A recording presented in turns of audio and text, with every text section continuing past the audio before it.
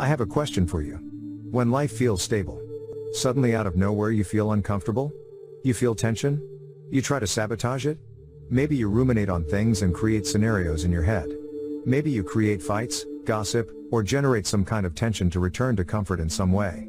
Maybe you do this in your relationships, your career, even in your past. When things are going well, you look for problems and end up creating those problems. This is the main reason why you keep living in the past. Internalize what has happened to you and apply it to the present and the future. So you keep reliving things over and over again. There is actually a phenomenon related to this, and that is what we are going to talk about in this video. I am going to analyze emotional addiction, what it is, how it is affecting you, and also the consequences of it. And, of course, I'm going to offer solutions. What is emotional addiction? It is the need to constantly feel emotions, whether positive or negative. You have experienced these emotions so much that it seems that they are literally part of you and your personality. And because you feel that this emotion is literally part of you, you always want to keep reliving it. What's surprising is that a part of you finds satisfaction in reliving this emotion over and over again. So if you're looking at yourself and you're always wondering why you tend to be sad, why you tend to be angry, why you are always seeking pleasure, why you tend to be afraid, it is because you have experienced these emotions continuously in your past. And when it gets to a point where it doesn't even make sense to experience them, you still seek to create them. I found a quote about emotional addiction that I really like. It is by Andrea Bernetti and says, "Emotional addiction is a state in which there is a dependence on some emotions or, more specifically, on the chemicals produced by the brain when certain emotions are triggered, better known as intense emotions. This chemical reaction to certain emotions provides our brain with a similar reward. When we think of the brain, the reward chemical is dopamine. You are motivated to perform an action because it gives you pleasure. As for our addictive emotions, we can get dopamine, for example, from the emotion of wanting. If you have a lot of desires, you get dopamine from that, and the act of constantly wanting becomes the addiction. Maybe this person who has many desires becomes a compulsive buyer, his addiction becomes buying a lot, but the main root of that is an emotion, which is desire. Desire triggers dopamine in their brain, telling them to keep doing it. Like I said, emotional addiction is two-sided, not only positive emotions but also negative emotions. People can be addicted to the stress hormones that are released in their body, like cortisol. If you have experienced a lot of difficulty and stressful situations, when life starts to go well, what happens to you? You start to feel a little uncomfortable, as if saying, when will the next negative situation come because my life is going great now? This is strange and uncomfortable, and when there is no problem that arises, you start to create it. You start fighting with your partner because you need some kind of familiarity instead of peaceful situations. This is why, when people get into new relationships and have been in previous relationships that were toxic, they project that toxicity onto the new relationship. The same goes for people who start working in a new job. In their old job, the environment was a little toxic and annoying, as if every day at work was hard. They come to this new workplace, and everything is peaceful and great, but they are still looking for something to complain about. They are still looking for something to worry about, and the body gets its dose of the chemicals that are normally released. Many times, people can become addicted to a negative emotion to protect themselves from a deeper emotion that they are uncomfortable with. For example, someone who hates feeling sad could become addicted to showing anger because feeling sad all the time makes them feel weak. An addiction to anger protects this person from feeling sadness, but it can end up alienating their loved ones. Here is another quote from Andrea that says, "Our bodies and minds learn to make chaos and crisis your home." Our brain becomes addicted to the adrenaline and cortisol spikes released in these types of situations. We unconsciously learn to need doses of strong emotions to feel alive, even if these are negative emotions or emotions that bring us suffering and discomfort. So what are we seeing here? Simply a dependence on emotion because it is the fundamental way in which someone has seen life. Think about your life. What is the fundamental emotional state in which you experience life? Many times, we look at the three-dimensional world, we look at the matter around us, and we say, I am like this is why I am like this because of that. And we start to be victims instead of taking responsibility and saying, look, I am in control of my frequency, I am in control of my mentality. What is happening around me is what is happening right now. What happened in the past is what happened in the past. That is a past version of me, a past experience. Now, what can I do to move forward from that? How can I start thinking? How can I start to change? How can I become aware of what I do and who I am so that things don't keep repeating themselves? This is the masterful concept of these different realities, where the decisions you make and the way you think affect what kind of realities you project yourself into. Think of two people who look exactly the same. Their lives are exactly the same. Positive and negative things happen to both. One person understands that negativity occurs, but their focus is on positive results and the positive realities they desire, while the other person, despite the positive and negative things that happen to them, focuses and ruminates on the negative things that happen to him. What begins to happen is that the person who ruminates on the negativity becomes addicted to the emotion and begins to identify with it. When he begins to identify, it becomes his identity, and he begins to relive it over and over again, which makes it a comforting emotion. But the other person feels the negative emotions, understands that they happen, but focuses on desirable outcomes, focuses on things that elevate their mindset, and does not identify with the emotions. This person is going to have a better reality overall. You will start to see improvements as time goes on. This comes down to a habit, which I have a quote about from Eric B. Habit formation occurs when repeated actions become nature. Therefore, developing an emotional habit means unconsciously training yourself to respond to a variety of triggers with a default emotional reaction. Over time, that feeling becomes the basis for how you respond to the world. If anger is your default emotion, you may resort to it whenever you are uncertain. You may feel a sensation of calm when this emotion envelops you. And that is powerful. Think about the emotion of anger. Imagine how powerful it can be. The fact that that emotion can calm someone. The reason why it could calm someone is because it is familiar. It is something that they have done in their past and what they are so used to. I want you to imagine this scenario. Let's say you are traveling, and you are going to Russia. It is your first time in Russia, and you are traveling alone. You don't know anyone. When you get to Russia, you hear people talking about America, and you notice that they have an American accent and appearance.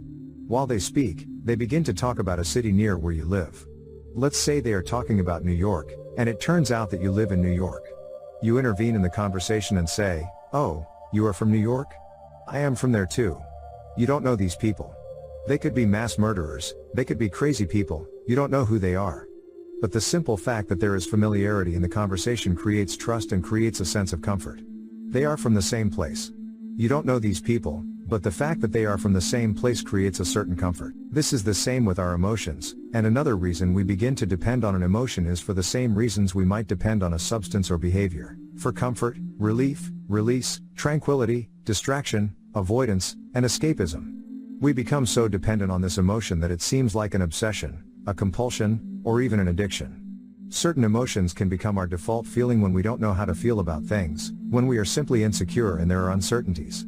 Your default could be fear, for example, and then fear is what you get used to. Let's say you enter a new relationship, and it's incredible, but you are so addicted to fear that you start to create panic in the relationship situation. You can fear that your partner will leave you, you can fear that they will not be as interested in you, you may fear that their parents will not like you. All these things start going through your mind because you are so used to fear. This is something very important that we must examine, especially when we see other people and notice that they have addictions of some kind. We must look at the addiction, but we must also look at the root cause. For example, if someone turns to drugs to escape financial difficulties, the financial difficulty is the root cause, but the emotion in that root cause is feelings of stress. It could be stress from what they are actually dealing with to escape, because there are people in financial difficulties who are not stressed, believe it or not. Then it is not necessarily the situation, it is the reaction to the situation. I am going to talk about solutions because this is going to be very valuable for you. Listen to all these solutions because I think that you should really internalize them. You don't have to do them all, but you should give them a chance, especially if it is a solution that you have not tried before or you have tried it but have not done it consistently. Speaking of consistency, if you are going to do this, do it consistently, because the mind is cunning, the body is cunning, the brain wants comfort. It likes dopamine, and it literally has neural pathways for certain behaviors of yours. We have to break this chain and do new things to make a real difference in our lives. Number 1 is meditation. We talk a lot about meditation. What happens here is that it is a quite important habit. I recommend guided meditation where someone talks and guides you throughout the entire process. Meditation takes you to the present moment. It eliminates the restless mind and helps you not to think too much about the future. Think about it, every day when you wake up in the morning, what do?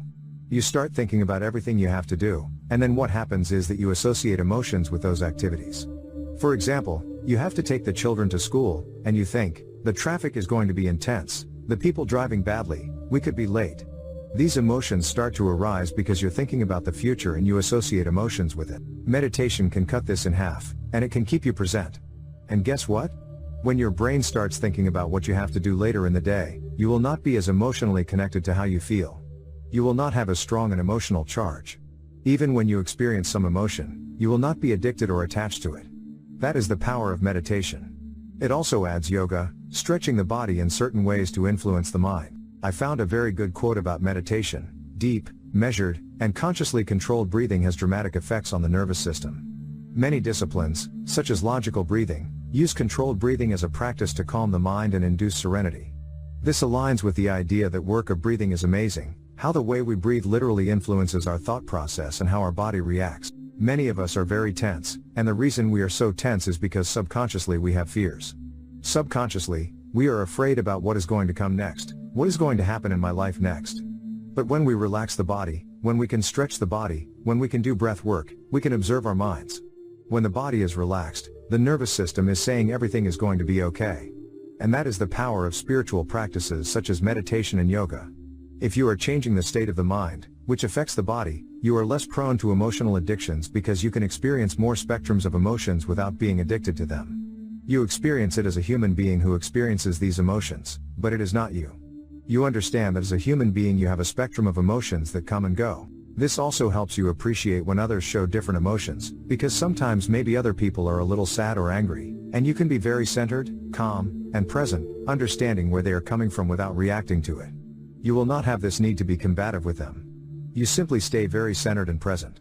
You are no longer addicted to drama, you see it as low vibration activities in relation to your current frequency. Speaking of the nervous system, this is the main communication network of your body. Your nerves, like cables, carry electrical signals or messages within and between all parts of your body. That is why when you start thinking about a stressful situation, your body immediately begins to react to that. A chemical signal is transferred from your brain to your body and vice versa. The next thing is to be the protagonist and observe yourself from the audience. Observing yourself from the audience is a very interesting phenomenon. The idea is that reality is a play, and in this play, you are the main character, but the main character is not you. Here, you are the creator, watching you experience reality right now. While we may be sitting, watching this video, you are the character in the moving movie, watching the video. The audience that is you is watching you watch the video. And when you do this and continue with your life, you observe yourself exercising, going to work, interacting with others, experiencing anxieties, being sad, in a nutshell, observing yourself. You do not identify with things as much, and you can get away from those emotions that seem very addictive. You begin to observe yourself from the audience, you are in a play, and this also makes life lighter. Next, avoid the media and people full of drama. If you are looking to make a change in your life, you cannot be around people who reinforce your old habits. If you are accustomed to watching shows with a lot of fights and arguments, if you're used to being around people who fight all the time, normalizing is seeing something happening so much that it becomes normal, but that doesn't mean it's good. So if you're watching a lot of television full of drama, if you are watching the news all the time and it only shows negative things, it could be a big reason why you are prone to certain anxieties and emotions. So if you don't want to normalize it, get rid of that. The next thing is to catch your judgments, criticisms, and complaints. I recommend that you relax your expectations. Many of us have high expectations of ourselves and other people. I am all for having high expectations, but sometimes we just have to relax with expectations because when those expectations are not met, we can get angry, sad, or upset. Maybe someone has met your expectations for a long time, and the moment they're not met, you get upset and angry. So you resort to anger or annoyance of some kind because you were used, perhaps in the past, to people disappointing you because you had high expectations of them. But you have to understand that each person is very different, and you cannot expect everyone to meet your expectations all the time. You have to find a way to satisfy your needs in the best way. Next, eliminate activities with high levels of dopamine, either in social media, porn, or junk foods with a lot of sugar. When you have a lot of dopamine, you start to crave that pleasure, that emotion that you want to keep experiencing over and over again. What happens is that you develop that habit.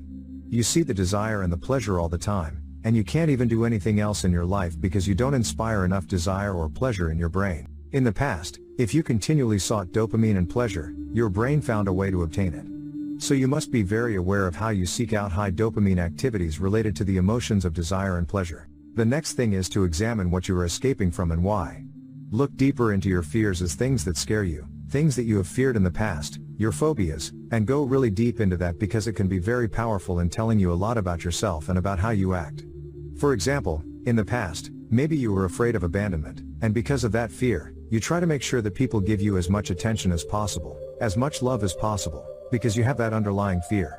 A part of you can't let go of that fear because it's been with you for a long time. And you identify with that fear. And finally, avoid brooding. Brooding is just mind ruminating about things, telling yourself things like, I can't believe you did this. I can't believe they did that. When you constantly complain, you don't move forward. I found an interesting quote about ruminating. When you brood over something distressing, you rarely gain insight about it, you just end up repeating annoying situations in your head. Stop repeating scenarios in your head that are beyond your control. To finish, here is a quote about emotions from William J. If you are worried enough about an outcome, you will probably do something to fix it.